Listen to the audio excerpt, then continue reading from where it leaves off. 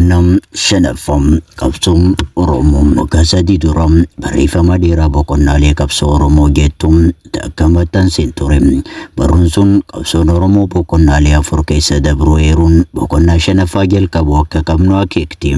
Boqonnaaleen qabsoo afran keessa dabarre sunis kan dadammaqiinsa revival deebisanii ijaaruun reconstruction lafa qabsiisuun biyya ijaaruun fi aangoo qabachuu yoo ta'an boqonnaan shanaffaan ammoo demokraatessuu akka ta'e keessi.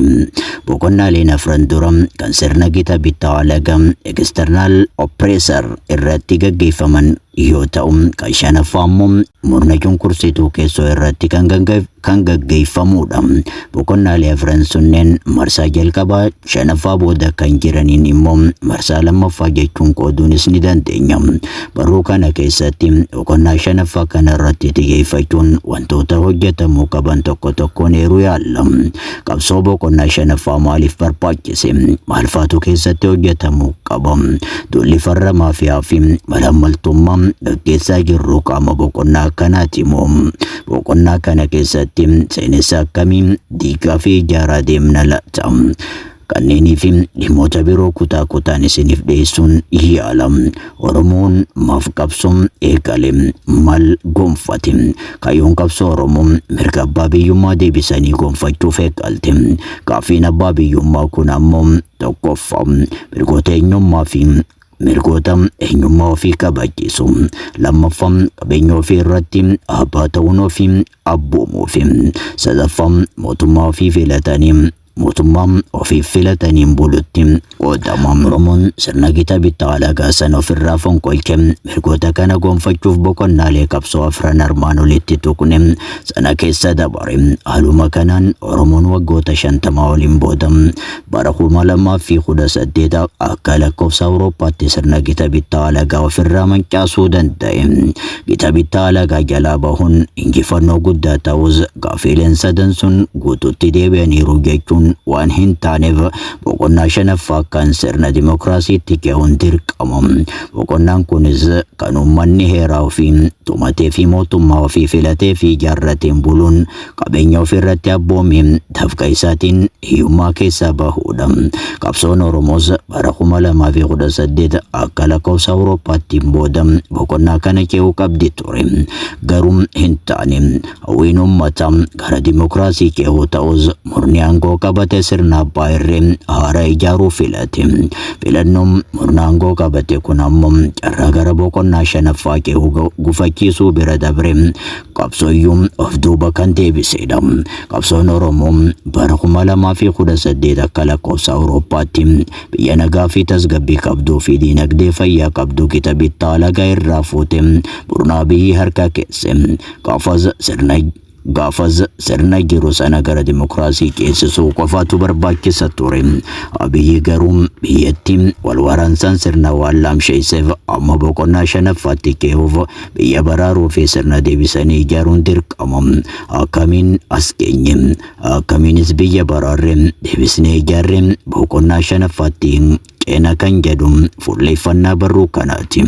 Akkuma armaan olitti tuqame bara 2018 akka lakkoofsa Awurooppaatti murni aangoo qabate aangoo isaa cimsachuuf carraa lamatu ture. Tokko akka uummanni hawwetti gara dimokiraasii geessisee hayyama uummataatiin aangoo jabeeffachuudha.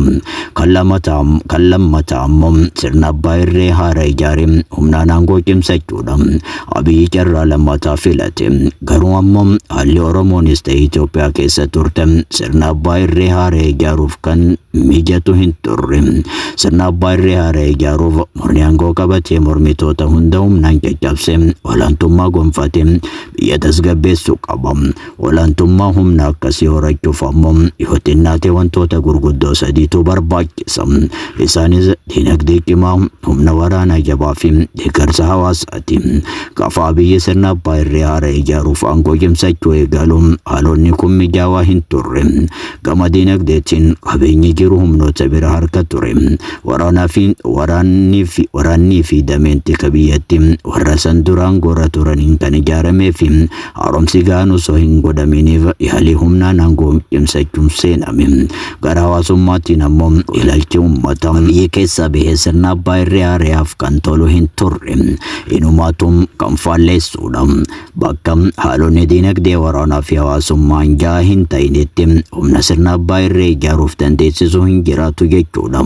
Humna gahaa maleetti mormitoota cimsuun aangoo cimsachuuf yaaluun ammoo sirna abbaa irree osoo hin taane sirna bacancaraatti geessa. Kana jechuun murna aangoo qabate aangoosaa humnaan cimsachuuf tarkaanfii mormitoota ukkaamsuutti gaafa ce'u fincilaatu mudate. Fincila sana haleelee dhabamsiisuun yookaan harka kennachiisuuf humna yoo hanqate biyyi wal waraansa keessa seenti. Fincila sana haleelee dhabamsiisuun yookaan harka kennachiisuuf humni yoo hanqate biyyi wal waraansa keessa seenti. Mootummaanis kutaa biyyattii guutuu to'achuu dadhabe. Seer dhablummaan ni hammaata. Haala akkasiisaniin sirnicha bacancaraa jennaan. Abiyyis kanumaatu mudate. Bara 2019 akka lakkoofsa Awurooppaa irraa kaasee mormitoota humnaan ukkaamsuuf yaaliin godhe gara fincilaa fi qabsoo hidhannoo geesse.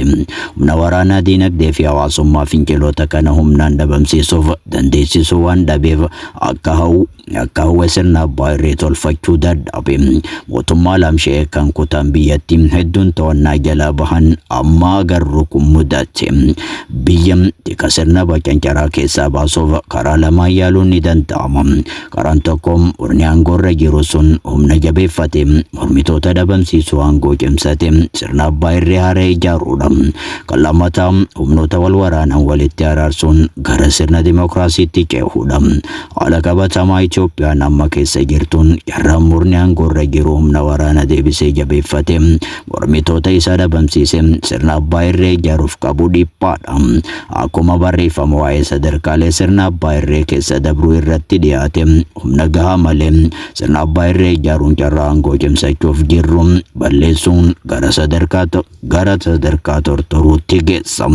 Bulchiinsi Abiyyis gara seenee jira. Waraansa dhabamsiise biyyattii guutuu tasgabbeessuu dadhabuun maafiyaan sirna mootummaa keessatti ijaaramuun malaammaltummaan luugama kutee misooma danquun kufaatiin dippiloomaasii abdii kutannaan hawaasaa mul'achaa jiran kun mallattoolee bututuu sirna calaqqisiisanidha. Kanaafuu boqonnaan qabsoo Oromoo inni shanaffaan uummataa fi biyya teenya gaaga'ama kana keessaa baasuun karaa sirna tasgabbaawaa misoomawaa fi dimokiraatawaa mirgaa fi kabajaa uummatichaa guutuutti eeguu fi eegsisuu danda'u ijaaruudha. Gabaabumatti sadarkaa haalli siyaasaa Itoophiyaa fi Oromiyaa amma keessa jiruun qabsoon Oromoo akeeka meeshiin gurguddoo lamarratti xiyyeeffachuu qaba. Isaanis tokkoffaan bu'aalee hamma ammaatti argaman boqonnaalee qabsoo afran dabran keessatti tikfachuu. Lammaffaan mirgootaa fi taalee hanga ammaatti hin gonfatin guuttachuun advaayising more interests kan jennuun kutaatti aanu keessatti bu'aaleen argaman kun maali? Akkamitti tikfanna? Dantaa fi mirgoonni nu hanqatan hoo maali? Akkamiin gonfanna? Gaafilee jedhan ilaalla.